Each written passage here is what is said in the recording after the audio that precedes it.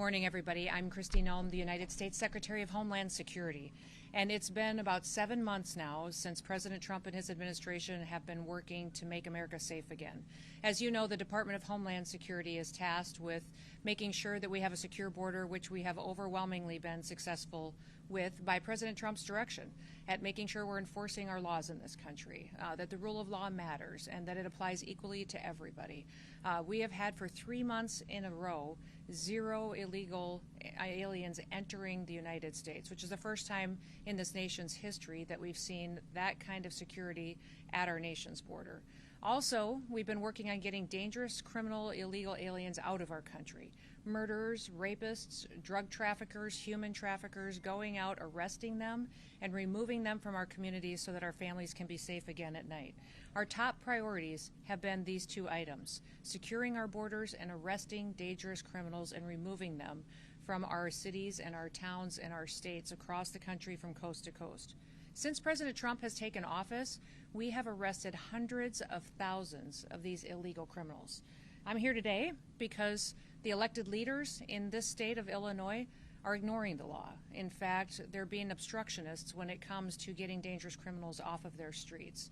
They are deciding that dangerous criminals that are murderers, rapists, money launderers, have committed assault, that are trafficking children, are more important than the families that live in the communities here. That includes Governor Pritzker, Mayor Johnson, and others who have worked so hard to protect these dangerous criminals.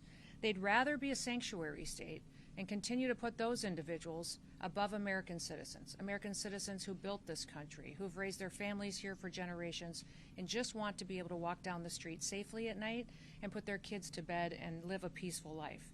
Today I'm highlighting 4 different examples of individuals that we've recently arrested here out of this office with the good work of ICE and our HSI officers that we've taken off the streets without the help of the governor or the mayor. Our federal officers have had to do this alone without their support, and these dangerous individuals are now no longer victimizing people because of the good work that we do. Hector Bonapart is a 42-year-old illegal Mexican alien who had previously been convicted of predatory sexual criminal assault against a victim under the age of 13. We have Jarvin Flores Santos, who's a 40-year-old Honduras individual who was arrested back in 2020 the first time for aggravated criminal sexual abuse and attempted criminal sexual abuse of a minor under the age of 13 again. And Waldemar Jabik, a Polish citizen who had been convicted in 2014 for attempted murder and then also aggravated domestic battery. He was convicted of these after he stabbed his own wife and his 19-year-old daughter. It was not the first time that police had been called to his house for domestic disturbance, but he was never held accountable until recently by these federal officers. Dongay Silus, a 33-year-old illegal alien from Micronesia, has had 3 DUI convictions, and as well as convictions of criminal mischief, of wanton endangerment, and driving without a license. These individuals would still be out on our streets today, committing crimes and attacking people and harming them and hurting our children if Governor Pritzker and Mayor Johnson had their way, because their choice has been routinely over and over and over again to release these criminals back on the streets. The debate over so-called sanctuary policies has real consequences. It has consequences for our law enforcement officers, but also for the families that live here and the businesses that are just trying to provide for their community. Governor Pritzker and Mayor Johnson are answering that question every single day of who should be our priority, who should be our responsibility, and over again, they're choosing criminals. In just the last 7 months, ICE has issued over 1,664 detainers in Chicago alone. 1,664 detainers we have lodged against violent criminals, and that is a 106% increase over what was issued during the Biden administration. Unfortunately, Chicago and its leadership has only honored 8% of those. That means every other person, when they're released from paying for the consequences of their crimes, back onto our streets without any notification to individuals or to the families that have been victimized by them. By getting those 8% at least off of the street, the brave men and women of ICE are saving American lives. Yesterday we announced that now our ICE officers are facing a 1,000% increase in assaults against them. And you read about the stories and hear what's happening from coast to coast every day in our national media and in our press. But it's in large part due to the pro-sanctuary state and cities policies and the language of elected bureaucrats and politicians that are reckless with their lives and endangering their families. Every public official should talk about and work to protect people, to keep them safe and American people's lives safe. I want you to look at the contraband that's in front of me. We have 20 kilograms of fentanyl that's in front of me on this table. That's enough to kill 10 million people. And here out of this office, this was interdicted just days ago here in Illinois, and because these federal officers have been out on the streets picking up criminals and dangerous individuals, we were able to take this 20 kilograms of fentanyl off the streets and save over 10 million lives. They're also keeping these weapons out of the hands of criminals that would use it to rob and assault and to murder individuals in these communities. Unfortunately, all of the politicians that have spoken out against their efforts, their desire appears to be that they would like to have more of this on their streets, more drugs out there for their kids and families to be victimized, more guns out there committing crimes. That is not the work that we do in ICE. The work that we do is to protect people and make sure that we remove these weapons and drugs off of our streets and hold those criminals accountable who would go forward and continue to use that to harm individuals. I just want to ask you for three things today. Number one, I want to ask you to support your law enforcement officers. Have their backs. Every single individual that's out there that is noisy and attacking them right now is having an effect that's ratcheting up the rhetoric and distorting facts and not allowing the facts to get out of what the work that they're doing every day and what we've done to help victims get some justice for the harms that were perpetuated in their lives. Those of us that appreciate the work of our law enforcement officers, the fact that we're a country that doesn't pick winners and losers. We apply the law, and if we don't like the law, we should be going to Congress to change it. But that is what these law enforcement officers do, is they continue to uphold the law and make sure it applies equally to everybody. Second thing I'd like to ask you to do is stop putting criminals first. Stop making them the number one priority. They are perpetuating harm on American citizens, and they need to be held accountable for it.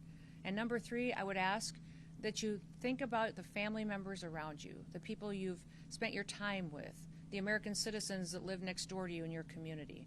Start thinking about what kind of a community they want to live in, what your city should look like, what their families deserve, and put them first. Make them the priority because they're the ones who've invested in this country, and keep it safe and keep it productive and keep it the best country in the world. We'll never apologize here for protecting the American people, but we're going to continue to arrest dangerous, criminal, illegal aliens. We will defend the homeland.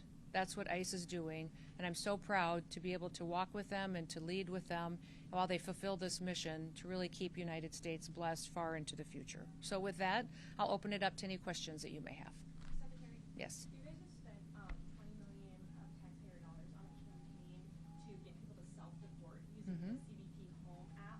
How many people have actually done that? What's been the return on investment for taxpayers in that campaign? Well, actually, the 20 million campaign was to send a message to people that if they were here in this country illegally, that they should go home on their own. If they wait until we arrest them and we have to remove them, they'll never get the chance to come back to the United States. So it wasn't just on the app, it was also encourage them to voluntarily go home. We know thousands and thousands of people have used the app, but we also know that hundreds of thousands of people have left on their own, not utilizing a government program to do so. I've been to, I think, 10 different Central American and South American countries and visited with their presidents, with their foreign ministers, interacted with the Department of State, and over again I'm hearing that hundreds of thousands of their citizens are coming home voluntarily.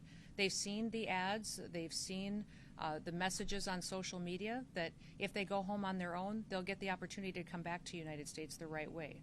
And so most of these countries as well are setting up programs to welcome their individuals home.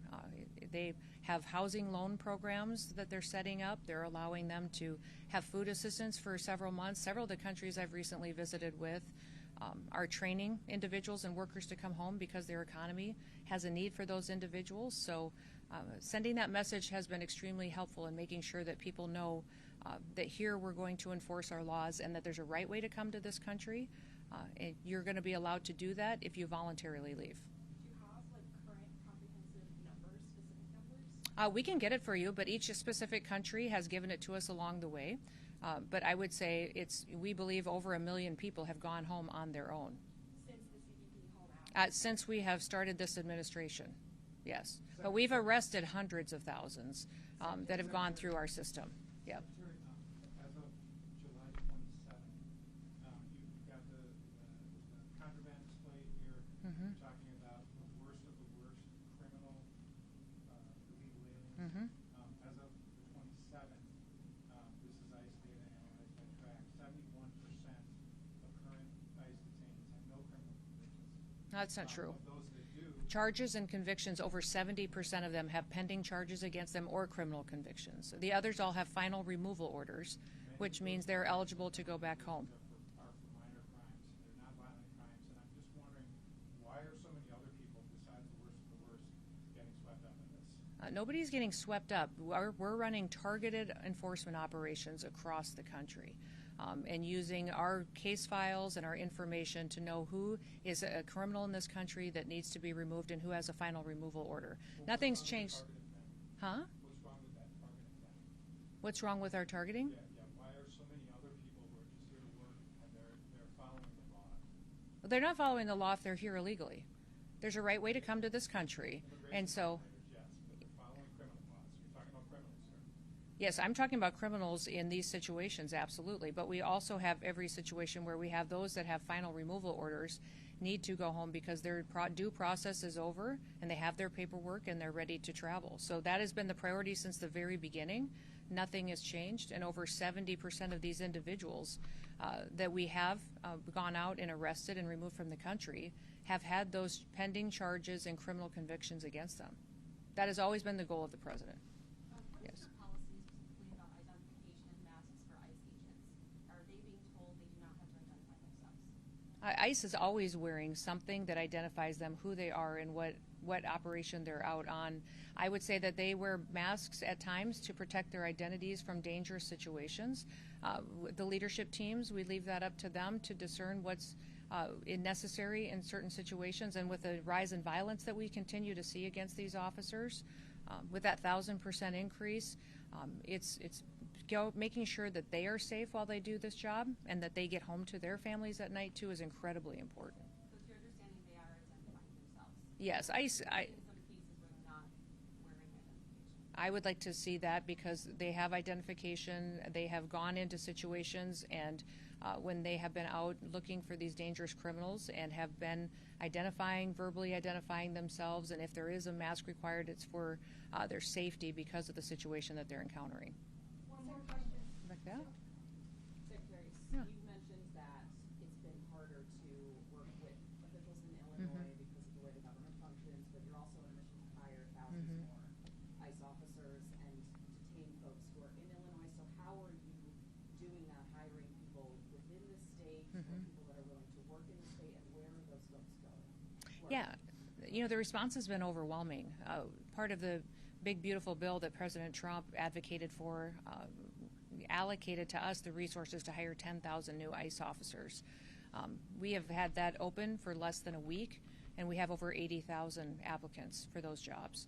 So they're from all over the country. Some of them are retired ICE officers that want to come back now that they're going to be allowed to do their jobs, some retired CBP or other federal officers. And then we also have a huge amount of interest of people who just want to have their backs and work alongside them. So what we're doing then is to get them trained up as soon as possible is we'll be training them through our federal academy, but we're also going to stand up some pilot areas of where people can train closer to their homes. If we have a lot of officers that have signed up and have offers from the federal government, we may do a training right here closer to home so they're not away from their families for so long. So that's being worked out as we see where the final offers are coming from. Do you know how long that training will last? Because normally it was taking about a year, so how would you get those folks? Yeah, yeah. Expedited? Yeah, it'll be within weeks because we're going to give them credit for what they already know. If they're former law enforcement, they already have training and certifications that we will honor and look at. They'll still go through testing. They'll still go through drug testing and physical tests and all of that. But we want to make sure that it's an expedited where we check the box if they have the experience. Then it helps us not keep them stalled out in an academy for weeks at a time. Secretary Noem, I just wanted Sure. to ask how ICE operations have been impeded by